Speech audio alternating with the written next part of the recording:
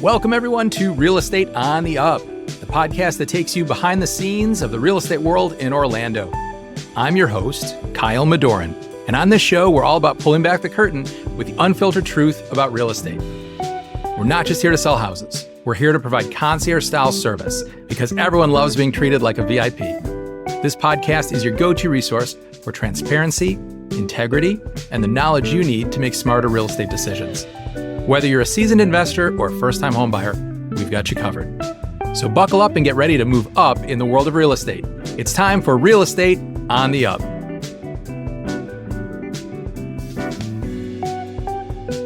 Today, we have a special guest who embodies the spirit of connection and community in every aspect of his professional and personal life. Ali Flores, a seasoned expert in luxury and new construction real estate, joins us today. Ali grew up in Orlando and currently calls Winter Garden his home. His mission is rooted in the power of connection. He takes immense pride in guiding buyers and sellers through one of the most significant experiences of their lives. For Ali, the transaction is simply a byproduct of the connection he builds with his clients. He emphasizes that the relationships he cultivates extend far beyond the closing table. Of course, if you've been listening to the show, you know that exactly mirrors my feelings. Ali's dedication to his clients is matched by his commitment to his community. He's actively committed to local organizations, including Sleep in Heavenly Peace, which is a nonprofit dedicated to providing beds for underserved children and families, which is pretty amazing.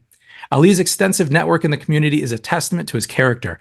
Living in a forward-thinking city where the sun shines almost every day, he's energized by the vibrant growth and opportunities in Orlando and the surrounding areas. We're thrilled to have Ali Flores with us today to share his insights, experiences, and the incredible work he's doing in the real estate and local community. So here he is. Welcome to the show, Ali Flores. Thank you so much for having me. Glad to be here. Excellent. Well, we're delighted to have you. So let's start off because people are always interested in the journey because hardly anyone starts off in real estate as soon as they get out of school. So what brought you to the real estate world and got you interested in this industry? Certainly. I've always had a passion for real estate. I went the professional route, as they call it, worked for a defense contractor for about 5 years as a project manager. That's a big change, big leap there. That's a drastic change. Yeah. I enjoyed it, but I was not doing something that I felt was significant. And I was always dabbled in real estate. I helped people make decisions. And I decided, look, I'm in Florida. Everyone in Florida seems to be a realtor. Let me get That's my true license. too. And yeah, just hit the ground running, one client at a time and haven't looked back since. That's fantastic. And I know you focus in residential real estate and you've got experience with new construction. There's a lot of that around Orlando. So let's talk about that for a minute. I know that because we have a combination of buyers, sellers, investors, and real estate agents who tune in, are there any differences that you talk to about new construction with your buyers who are kind of weighing whether to go with a new home or a resale property? Yeah, it's very unique to the type of buyer. Right now, what we're facing is because of the interest rate, right? Everyone talks interest rate. If they're payment sensitive, I will recommend, hey, the builder is going to buy down your rate. Great way to get started. If it's someone that's more seasoned, it's not really looking at it. People that need size, ranch style homes, new construction is not going to go the way route. So it's really what's the flavor of the month per se. What do they need? And then I will point them to that. There's incentives on both sides. However, it's ultimately long-term what's their goal. For the first-time home buyer, new construction is great. For the second, third, fourth, they're probably going to look at a resale. Maybe they can remodel. So that's really, it's not a cookie cutter thing, but I always do a buyer's consultation. I sit down with them, and based on that, we'll look at the options. Gotcha. Yeah. It's unique here in Orlando because there is so much new construction in our metro area. Some parts of the country hardly have any new homes at all. So it is one of the interesting things that we can offer here that not many places have. And when you weigh that, when you look at those changes, are you feeling like there's a move in the industry that people want homes that are a little more perfect and move-in ready rather than properties that need TLC? Again, it's a mix of people. A lot of people love to make a house a home. And that usually means maybe a home that's a little bit older per se, and maybe 5 to 10 years older. What I found, at least for me, homes that are over 10 years old have more size, a bigger yard, whereas new constructions tend to be smaller in size. And people like houses with character. So if it has character and you could remodel it, they love that. But of course, they have to keep their budget, right? Because They look at shows and look your budget. You're always going to overrun your budget. That's just part of the game. Yeah. Yeah, that's the end of the day. That's the most important thing typically is trying to figure out the financing. So with new construction, you mentioned that there are incentives. And so what are some advantages for someone who hasn't considered new construction over a resale property? What do builders provide which might be enticing to bring buyers that direction? Yeah, again, number one is really going to be the cash to close, right? You have to make a down payment, there's closing cost. I will say the builder will pay most of the closing cost. And also people that are rate sensitive, the builder will be, if you're working with a preferred lender, they're willing to work with you. I've seen rates 4.99 as such, and it could be a $500-700 payment difference, which is a big deal for people That's a nowadays. lot. Yeah. So for a first-time home buyer, I think it's great because they get the closing costs, they get the rate. Might not be the ideal home, but they get into a home, which is what's important. Yeah. Yeah. The idea of being a homeowner and building wealth that way, I know that is so important. It's great for people to understand that even if you can't find something that's perfect in every single way, which obviously that's difficult to find many times, if you can find a house that really meets your needs and is in a location that works very well for you, then you can make that house your own over time. You can customize it and improve it and do the things that you like. But I think that getting to that step, convincing people to take that leap sometimes is the greatest challenge. Do you work with many first-time home buyers then in your business? Yes, I'm getting to a point in my career that a lot of the parents that have bought homes are referring me to the children, or Ah, friends that bought a home, people moving to Florida, and they see a lot of first-time home buyers over the past few months. Just people feel the need, hey, we have kids, I need a home. And it's an amazing journey because I know 5, 10 years down the road, it'll be a different story. So it's always fun, the first-time home buyer. yeah, absolutely. It's to get those keys, to give them those keys for the first time. It's a pretty amazing thing. Yeah. So you also work on the luxury end of the market. Is there a certain sort of type of customer or a certain price point that you really enjoy working in more than others? Yeah, and our luxury price point has definitely changed over the past 5 years. But I like working with everyone. Everyone has their strengths and weaknesses. But the 750 and up, they have the experience, the knowledge. They know what they want, right? They understand the need for a realtor. Whether as someone that's new or first time, they're like, why do I need a realtor? All the data is online and I can just do this myself. And there are some things that maybe you can say, hey, I can get away with it. But at the end of the day, they understand why you're there and you've proven, they've used them before. So that just makes the process a lot easier. They're not surprised by inspection report that has, hey, the window has a crack. Oh my gosh, we have to cancel the contract. It's more like, hey, we understand the house is not perfect. So in that aspect, it just makes it a lot easier. Because of It'll the experience involved. Yeah. yeah. Yeah. I understand that. So you mentioned something that I actually want to go back and talk about is the value of an agent. So what value does having a buyer's agent bring to a transaction? Why is it important to be represented by a buyer's agent in the transaction? What do you tell people when you get asked that question? Right now, the main thing is filtering all the data that they get. They get bombarded by data from everywhere, right? Instagrams, YouTube, whatever you call it, they have all this information in their head. And I will say 70% is not accurate, right? It's just someone that posted something out there. So they have these expectations. We have to say, okay, where are you right now? This is where the market is. Oh, the rates went down a lot for the past few weeks. And I said that with some people, is that they did, but not significant. So it's okay, what's true, what's not? That's the most important thing. And then the other one is, okay, holding a hand through the process, negotiating, whether it's inspections, whether it's terms of the contract that a lot of people don't really understand or know that are there. And if I set the expectations in advance, because I told them there are going to be surprises. No deal is perfect. When that deal comes along, I'll let you know, and I usually have a solution behind it. Because they're working, they got their 9 to 5, they got to spend time with kids. Oh, what's gonna happen? I already have it figured out. We'll be there. This is the solution. So really the thing is, hey, here's a problem, but I already have a solution because things will happen. And also think long term. Are you investing in the right area, the right type of home, the number of bedrooms? Because you're probably going to sell your home in the next 5 to 10 years. And I want it to be an easy process for me to resell that home. If someone, I actually had a client that say, hey, I regret not using a realtor because they bought a house It was facing a retention pond and a highway. So, oh, I got a great deal on it. Well, you got a great deal on it because nobody wanted it. And he Right. just wish someone would have told him, you have to think long term. And after a decade, you're able to bring that perspective to the buyer because it's a huge investment they're making. It absolutely is. And like you were mentioning, it's rare to find a transaction that's flawless start to finish because there's so many moving parts, there's so many people involved. Inevitably, there will be some sort of hiccup or bump in the road. And having an expert by your side who is a problem solver, just like you said, and understands how to maneuver around that and overcome those challenges is vital. And I think that's something that hard to put a value on, just to have someone's expertise that you can rely on. So I think you're absolutely right. That's one of the most important parts of having someone by your side during the process. Exactly. And then the after you move into the home, what now, right? There's a lot of things that go in place the first 30, 60 days that sometimes people don't know and they forget. So it's good to be a good avenue that they can reach out to you and say, okay, what now? So that's also, I think that adds a lot of value, whether it's a buyer or the seller side. Right, right. Personally, I know there are some agents who have a preference of which sorts of transactions they work. Are you more in tune with working with buyers purchasing, or do you prefer working more with sellers listing their homes?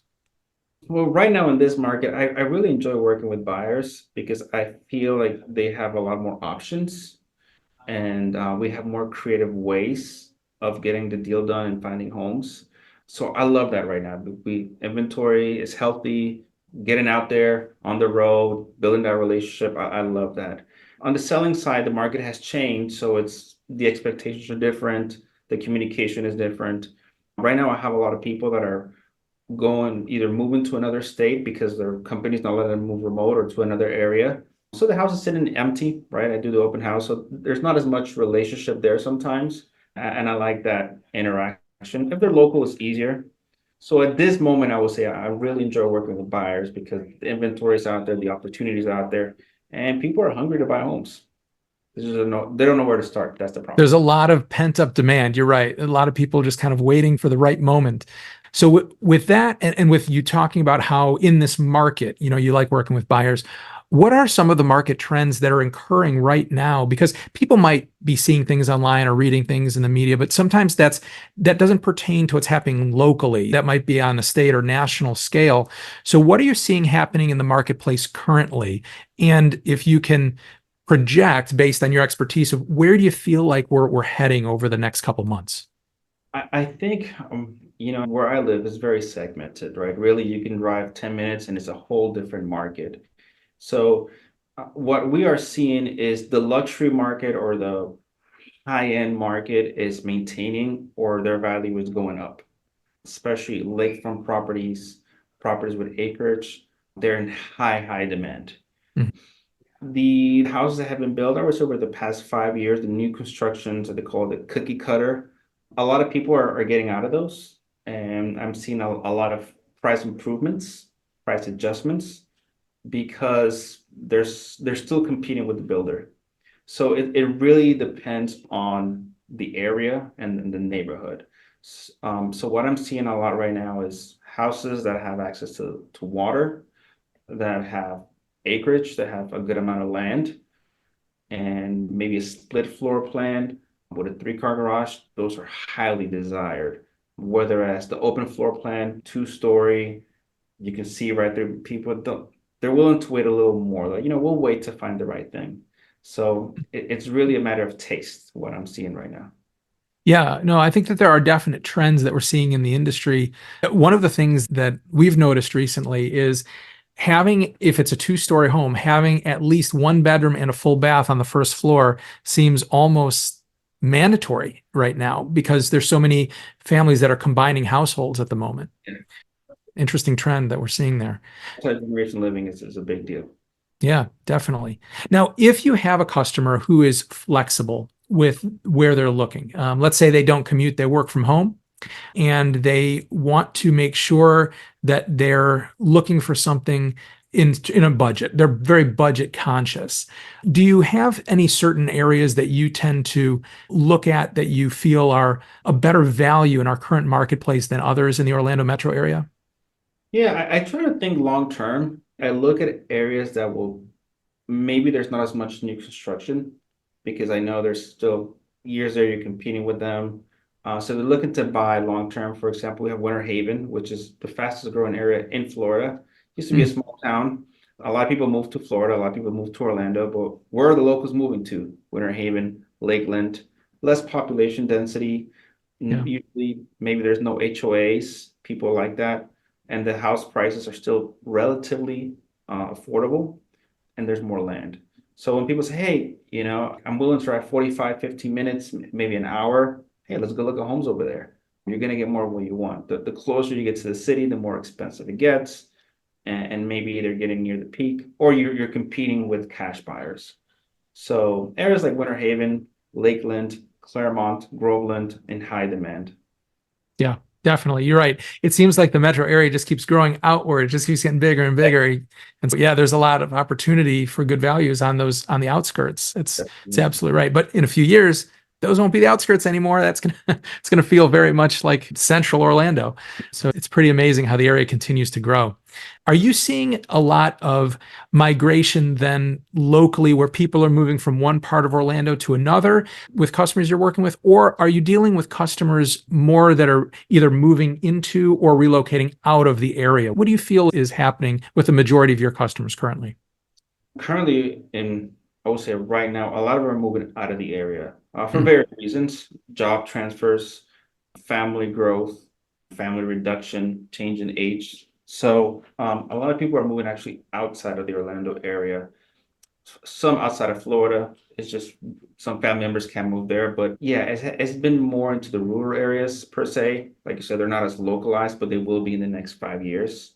Do you feel that's a financial move? They're doing that because of budget reasons, trying to be careful about what they're spending and what they're paying? I'm seeing a lot of yes. I think most of them, it's a budget move. Seeing, hey, if I can get more bang for my buck, maybe not pay a $200 HOA per month.